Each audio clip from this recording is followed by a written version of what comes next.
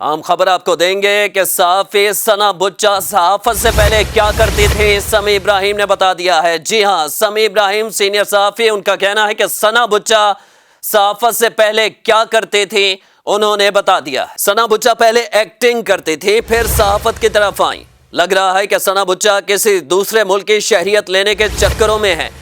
General Asif Ghafoor के खिलाफ tweet किया। एक और साहब ने फौज के खिलाफ जहर अफशानी की।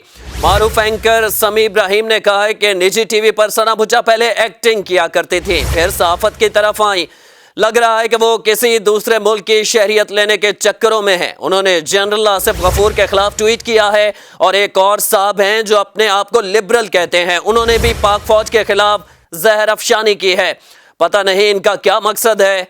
जो फौज और DGISPR को गालियां दे, वो ना पाकिस्तान से मोहब्बत करते हैं और ना उनका एजेंडा पाकिस्तान से मोहब्बत का है। उनका एजेंडा बैरूनी है और वो पाकिस्तान के दुश्मनों के इशारों पर चल रहे हैं। अगर आप पाकिस्तानी फौज का और DGISPR का ट्वीट अकाउंट बंद कराना चाहते हैं तो आपको शर्म आनी चाहिए, क्योंकि आप अपनी धरती से गद्दारी के मुर्तकिब हो रहे हैं।